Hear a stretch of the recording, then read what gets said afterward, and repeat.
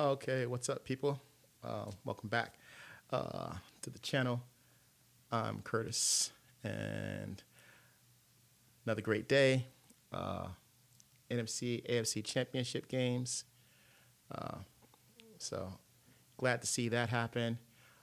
Great games. New England won as well as Seattle. So it's the funny thing. I was talking to my boy Jonathan about uh, that this is going to be an interesting recap because we got a repeat, right, of the Super Bowl that happened between New England and the Seahawks before.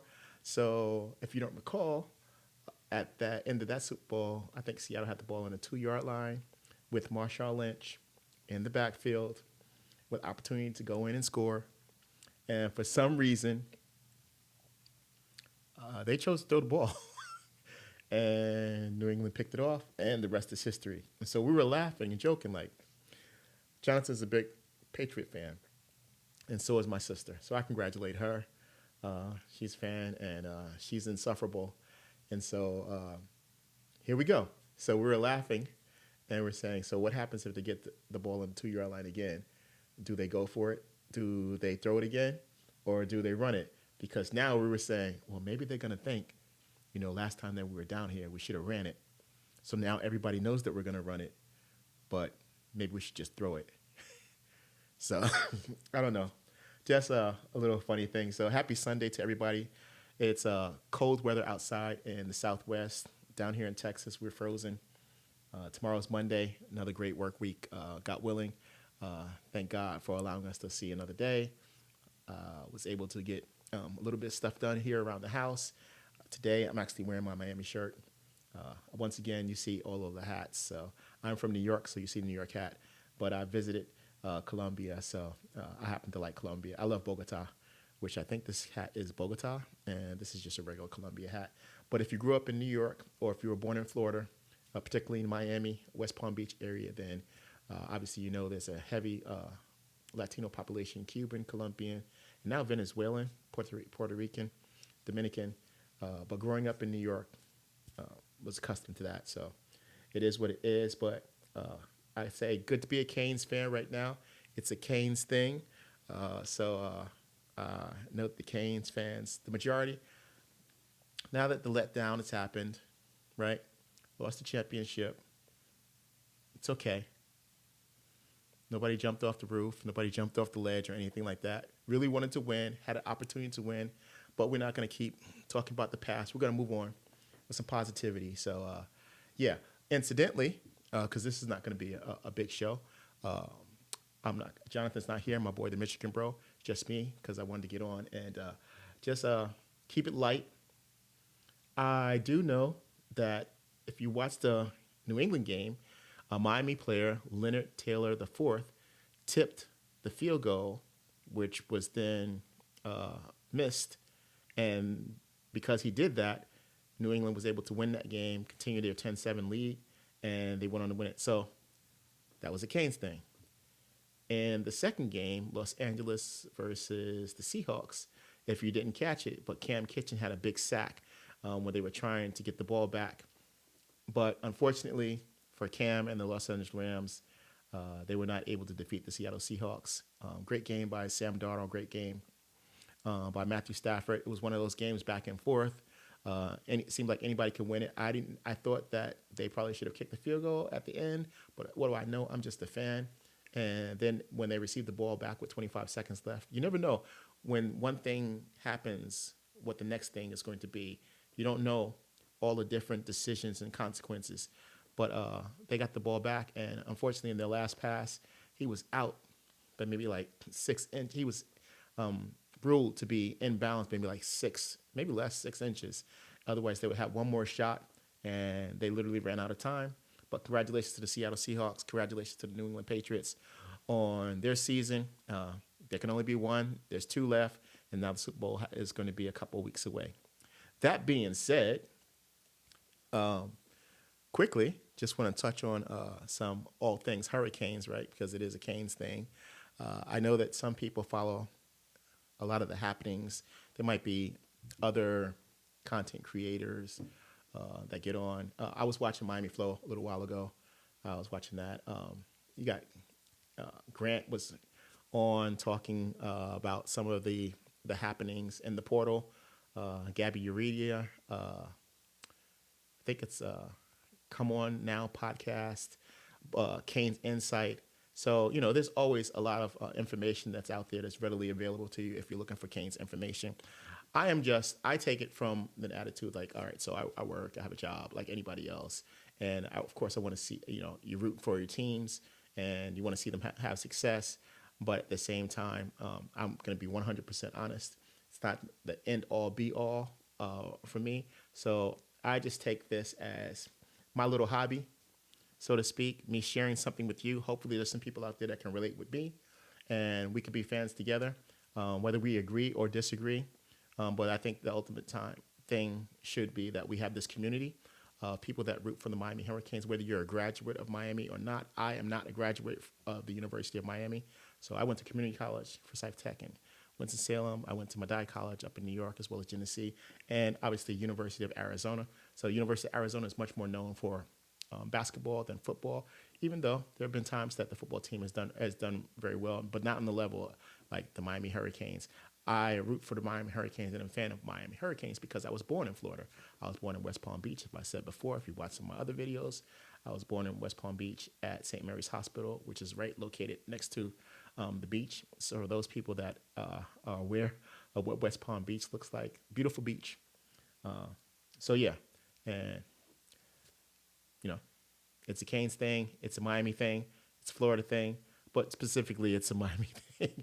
I don't necessarily root for Florida, the Gators, or FSU, or I don't know, USF, or I don't root for any of those teams. I don't have anything against them, the players, anything like that. Of course, in this modern day and age of football, where players are in one college this year and another college this year, I can understand the sympathies towards many people. But that being said, let's get into some Miami stuff. So the first thing I want to touch on tonight was I'm actually going to show you because there's some changes to the roster, and then I want to talk a little bit about that. So the first thing I'm going to do is I'm going to put myself on the screen with the roster that I have comprised or composed, and voila. So we have that, and you can see me on the screen a little bit, but because I'm half man, half amazing right there, why don't we just do it a different way? There. So to the screen or the left or the right, I'm not really sure exactly how that is, but you'll see on the right-hand side the transfer portal out 2026 and end 2026. I have the blue for Darian Mensah and Cooper Bacate, blue as in Duke Blue Devils, because they're not on the team as it is. We're still working for some legal complications to work themselves out with Darian Mensah. And then, of course, there's the Cooper Bacate, the number one receiver for Duke, or the receiver that he trusts the most or had a lot of confidence in Duke, hitting the transfer portal. There's speculation. I am not in the circle. I will tell you this again. I am not a University of Miami insider. I am not on the on that train. But there's speculation from what I've read, whether it's Kane's Insight or Kane's Warning or anything in the media or social media, that Cooper Barquette is predicted to land with the University of Miami Hurricanes. So there's that. And then also you'll see that there's a Klein with OL there. So Jonathan Klein committed to the University of Miami from East Tennessee State University, and Keona Davis. Those are the two most recent incidences that happened as far as coming in. And then the one that everyone seems to be talking about is Popo Aguirre. He entered the transfer portal last minute, linebacker who had a lot of reps, played a lot, had great impact on the season. He entered the transfer portal, and now there's speculation that he will ultimately end up in North Carolina State, as well as JoJo Trader, who may ultimately end up in North Carolina State. Of course, like I said, I'm not a speculator. I don't know. I'm just reading and deciphering and disseminating what I've read. So there's that. Now, since there is that, why don't we go to here? What I wanted to share you with. So this is Keona Davis. So he came from Nebraska, 6'5", 275 pounds, and some would say, okay, so he's very tall. Seems to be athletic. Maybe he's not on the line of an Ahmad Moten or Armando Blunt. We don't know yet because you got to go on the field, right? You got to get on the field and see what you can do and go through the whole regimen of learning the system, nutrition, spring practices, spring football, fall practices, more nutrition, more weight room, and more understanding the system, getting acclimated, playing up to speed with the people that are around you because football is, everybody's got to do their 111. That means one person doing their job and all 11 people doing their job in order for you to be successful, whether that unit be special teams, defense, or offense. So, but these are his stats up there: 18 solo tackles from 2025, 1.5 sacks. I saw him. He seemed to be a very active person. And the reason that I put him up there is because I'm going to show you something. And many people, when they're watching the games or, we get discussions about football, whether you played Little League, Pee Wee, high school football, junior college, JUCO, or small school, Power 4, Power 5, there's some understandings that we really need to key into. And I'm going to show you. And I think, this is my opinion, of course, like I said, I don't work for Miami, but the reason that Miami looks for certain body types has a lot to do with the defensive style that they do. So historically, Miami has always been a team that had penetrating front four, right? So when we say penetrating, I mean likes to get upfield, get in the backfield, create havoc, and is very aggressive on the defensive front. I'm going to show you something now to emphasize that. Well, let me do it this way. So, as you can see, as they said on Orange Bowl or Orange Bowl Boys, or the case, or many people complained after Miami lost to Louisville, or SMU about the inside running game. And if you watch some of the press conference, you remember the situation where Shannon Dawson was speaking about, it could start in the A gap, but if it moves over 5 yards, then it might still be in the A gap, but it's an outside run. And then get into the complexities of understanding schemes, schematics, forms, techniques, where the ball should go, where it could go. So leaving that all aside, if you look on the screen, you see the OC as in center, RG as guard, right tackle, tight end, left guard, left tackle. And you see the nose tackle right there, and you see these numbering system, 9, 6, 5, 4, 4I, 3, 2, 2I, 1, 0, 1. Now, if you notice the way Miami attacks defense, so you saw Ruben Bain and Akeem Mesidor sometimes be really wide, what they call a wide 9 stance. So they'd be really, really wide. And then you'd see the two defense tackles, they may be very close, or you see one slanted over them, like in a 5 or a 3 technique. And I'm going to give you a picture of that right now. I don't need that, but I definitely need this. So you see this 3 technique right here. So oftentimes you would see that defensive tackle is, you see the center, and he's kind of, I don't know if my phone went off, he's kind of slanted over to the outside of the guard. So he's in a 3 technique. Now, what Miami would generally do, if you see the defensive end, is how he's lined up right over the tight end. They'd slide him over, which would create a wide 9, and they'd slide Ruben Bain right there where you see the square, the green, but you would slide him over a little bit more. And so I'll show you why this is important, and show you the way Miami likes to do their defense. Okay, so watch what I'm pointing at. So this is a 3 right here. So what Miami likes to do is they put their Ruben Bain here at 3, and then they would take Akeem Mesidor and keep him out here at 7 or 9, right? And then they would put Armando Blunt right here at 1 or 1, and then they would put Marcus Lightfoot all the way out here at 9. Now, what this does for an offense, it creates a problem, which is why Miami likes these type of players like Keona Davis, Ahmad Moten, Armando Blunt, Donta Simpson was there, Dollar Russell, traditionally Russell Maryland, right? Warren Sapp, these type, because what they like to do is, so if you're in a 3 right there, or say somewhere 3 or 5, what they generally like, this creates an isolation on this guard right here. And with Ruben Bain's skill or Akeem Mesidor's skill, that's generally a problem. So then you take that 1 or that 3 and you try and dive him in between the guard and the tackle there, which what Amon Bolton would do, and this create havoc on the offense. You have Ruben Bain with a one-on-one in space with a guard that generally doesn't block in space like a tackle does. And then you have Akeem Mesler out wide in space. So if you look at one of the plays, the first sack from the Ohio State game, what happened?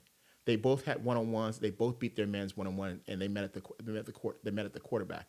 And this is the theme of the Miami defense, why they're so great at attacking. So if you have the three, I don't know if you could see my cursor or not, and he comes up and he attacks, he can do like a sweep, like come like this and to the inside. And then the wide nine is out and he's coming outside. So it creates levels. So if the quarterback wants to step up, he's going to step up into the 3 or the 5 technique, and if he steps back, he's going to step back into the 9 technique as he's making his loop. And on the other side, you have another person, wide 9, like Marcus Lightfoot. He's also going wide. So it's like it's very difficult to stop because the quarterback most quarterbacks like to do is they like to step forward, right? You want to step into your throw, or you want to slide to the left or slide to the right. So with Ruben coming up and across, generally, you can't step up and you can't step back or to your right because Akeem Mesler is coming. And then on the other side, you have Marquise Lightfoot generally coming the same way. So you can't step. So it's very difficult, which is why Miami was very effective on getting upfield pressure and mid pressure because Ahmad Moten is pretty good at what do you call that when you push the pocket back. So he's pushing the pocket back and decreasing the space between the blocker and the quarterback. It makes the quarterback naturally unsettled, and then your feet start to patty fit. So generally, you want to drop back, set your back foot, then get into your throw. But when you pat the ball, this gives Miami more time to get to the quarterback. And for the teams like SMU or in this case Indiana or Louisville, you saw that most of the teams were trying to get the ball out quick in less than 2 seconds because you don't really have 2 seconds by the scheme that they run. This is where a player like Keanu Davis, you might not think he doesn't do nothing in Nebraska or he didn't do nothing in his career, but he might be just the right fit for the Miami Hurricanes. So when you look at the people that they brought in now, like Stansel and Santuis and Jarquez Carter, you already have Ahmad Moten, you have Armando Blunt. What you're trying to do when you're building your defense and when you're recruiting, and you're looking for body types that have twitch, that are quick, that are penetrating, that are also naturally strong, right? Because football strength is a lot different from weight strength, even though you need weight strength. So you're looking for people that fit your system, not necessarily the player that you may think, you say, oh man, this guy's what you want, but he may not fit your system, right? You don't see right now on the Miami Hurricanes, and traditionally outside of Vince Wilfork and a couple other people, 330, 340-pound defensive tackles in the middle of their defense. Now, that might work well in the SEC. You see a lot of that. But what happens is those type of people also give up something. So they stout and run defense, but they can't stay on the field neither because they get tired very fast generally. Whereas the Miami players, I've said that when you look at them, they're big, they're strong, they're physical, but they don't look sloppy, right? So they look athletic big men. They're 6'3", 300 pounds, 6'3", 290 pounds. Very athletic and very quick, very explosive, but great get off. And this is the reason why players like Keanu Davis on the low may not seem like he's anything special to some people, but to me, I kind of see what Miami does on defense.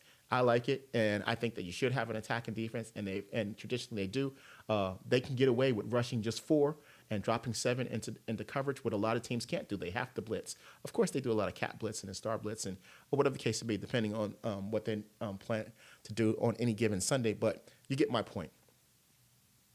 So I just want to touch base so you can get an idea when they say these things like 3 technique, 5 techniques, 9 technique. And of course, again, I'm just a humble fan like anybody else. But I think that Keanu Davis is is a good body type. It seems to be the right type of player that Miami will want to have on their defense.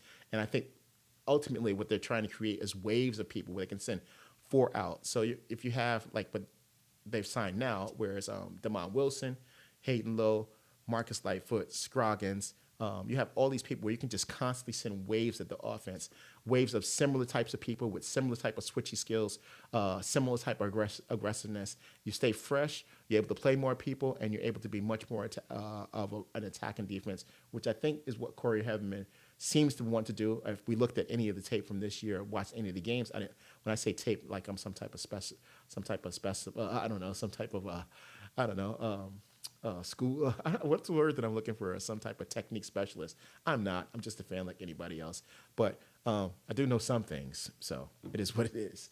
The next player that I wanted to take a look at real quick is a guy named Jonathan Klein. Let's get him up. So Jonathan Klein was on East Tennessee State University, 6'4", 315 pounds. Kind of fits the mold of the Miami offensive lineman. I think if you look at the statistics from the college football playoff, the average player on Indiana was about 275 pounds, and Miami was about 330 pounds. I always say when they say he's 315 pounds, he might, depend on what he ate that morning. Maybe he's like 320, 325. Typically seems to be the type of players that Miami would want. As Mario Cristobal, as well as Nick Saintain, big people move people. So I do know this about him.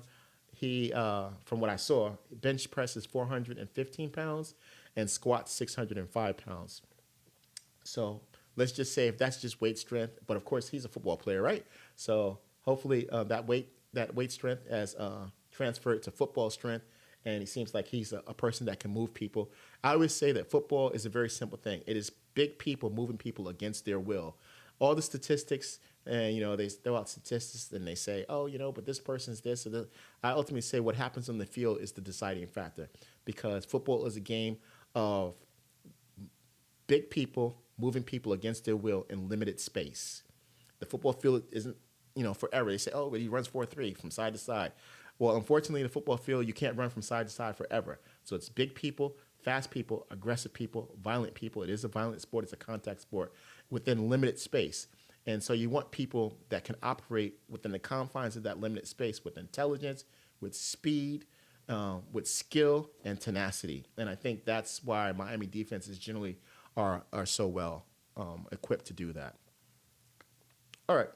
So pretty much that's all that I really wanted to talk about with those two things. We've talked about the roster, Popo Aguirre, linebacker. But I think I'm pretty sure that the only 2026 signee or commitment, and I'll bring that back on the screen real quick so you can see that again, that has not been on campus yet is, what's his name? Kirsten Bush. I'm pretty sure of that. I'm pretty sure about that. Let me put that back up on the screen for you. So Kirsten Bush, I think his name is. He's a linebacker that Corey Heatherman was very high on in the recruiting. And so as I put right here, if you look at this area right here, the linebackers. So Bonner, Wiley. Bonner was came from North Carolina State, so from what I understand, they're expecting big things from him. And then Wiley obviously was, highly sought. There's Pruitt, Cam Pruitt, who, remember Cam Pruitt? He was the one that went down and hit Concepcion during the Texas A&M game. That after that, many people I know, think that he wasn't the same player because he really didn't do a lot in that game. And then of course Mo Turley's coming back for its 8th season, and you see some things on social media talking about, here is for his 8th season. Right, so he's had medical red shirts. He's got the COVID team situation, and he's had 2 ACLs. But here's the other thing that I always think about, people that say somebody, man, it's just so negative.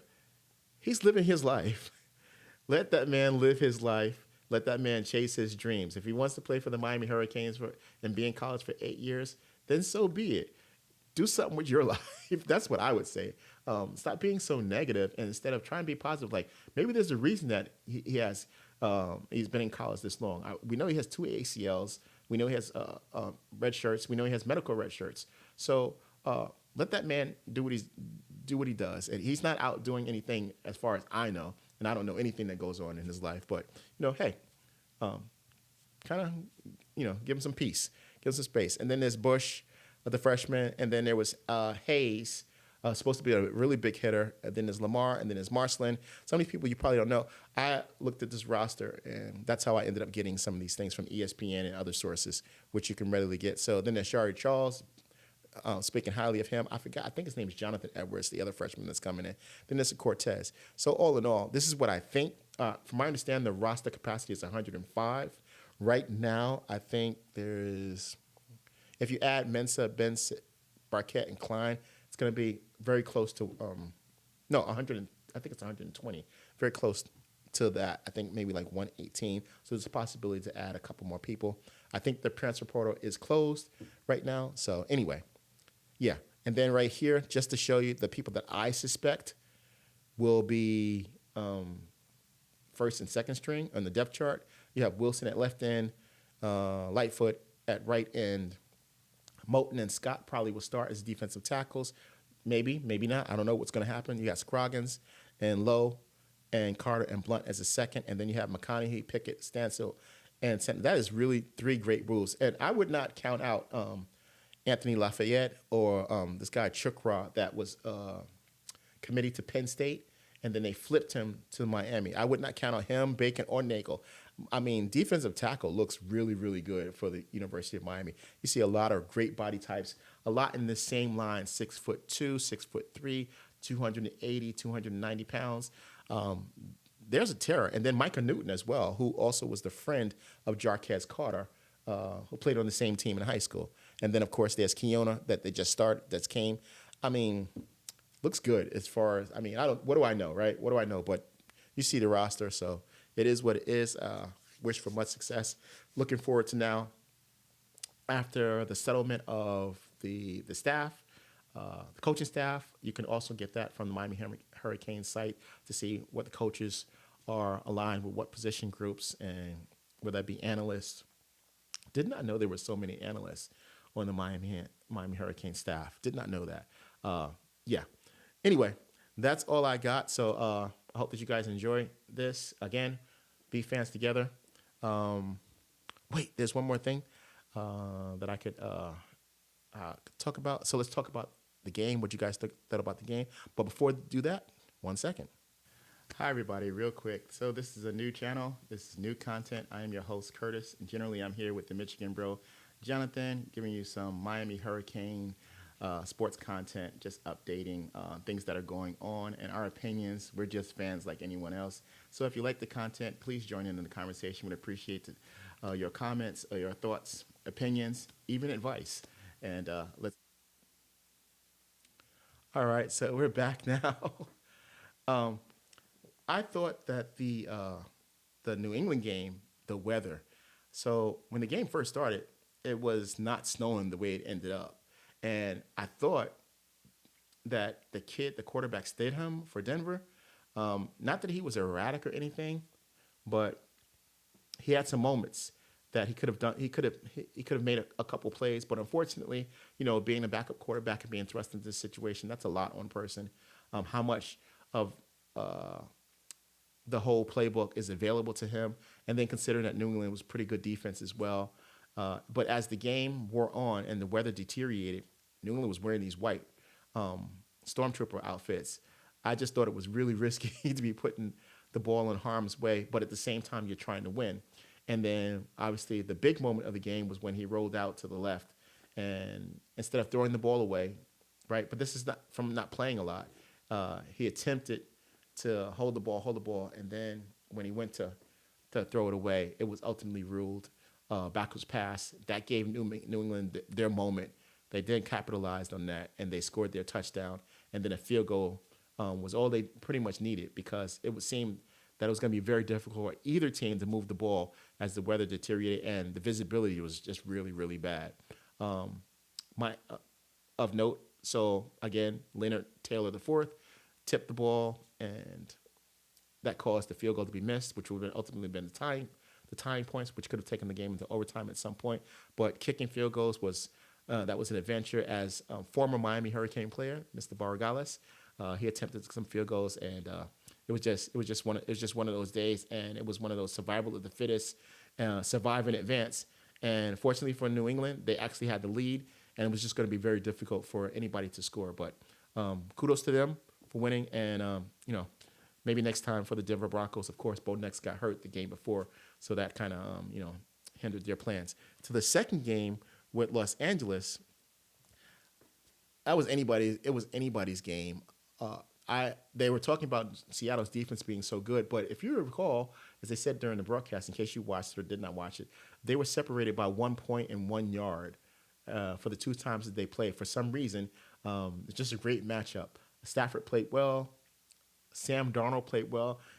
I swear, it's funny when you look back at Sam Darnold's career, right, from the beginning to now, and here it is now. He's playing in the Super Bowl, and so many times people write people off, uh, a lot of negativity, a lot of vitriol, a lot of bad remarks, but ultimately he's persevered, and now he has the opportunity to win a Super Bowl championship, and kudos to him, as well as kudos to the Los Angeles Rams. But I thought the part that's so ironic was seeing Cooper Cup being with the Rams. I believe they won that Super Bowl when he was there, and to see him making the impact plays, he scored a touchdown, and he got a first down really late in the game. So many times, he was just making spectacular plays. But Devontae Adams was really doing his thing on the Los Angeles Rams side, so you got to get kudos. And I did not know about this TSN guy because I hadn't watched Seattle Seahawks football. I could have sworn that Elijah Royal was on the Seattle Seahawks. I could be wrong, but I think he is. Could be wrong, but I didn't hear his name. At least I don't recall hearing his name called that much. Great broadcasting. I didn't know Tom Brady was really that good. Neither, because I haven't really heard him broadcast the game like that. But he just added a little something there. When he was like, no blood, no foul. I thought it was really cool that he was a broadcast analyst, but he was also speaking like a player. So yeah, great games. Like I said again, congratulations to the Seattle Seahawks and New England Patriots for making it this far, and hopefully going to have a great game coming up in the Super Bowl. We're 30 minutes in. Like I said, this is gonna be light. So go Canes. Looking forward to seeing what happens with the team. Hope that you guys enjoyed this. If you do, again, like and subscribe. It's a new channel, and I don't think that I will personally be a person that is going to saturate you with videos and shorts and things like that. Just get on here and just speak my piece every now and then, and share what I'm thinking about the Miami Hurricanes as it stands right now in the future. Looking forward to 2026. With that being said, good night, everybody. Jesus loves you. That's what I would say, is that if you don't know Jesus, then today might be the best day of your life.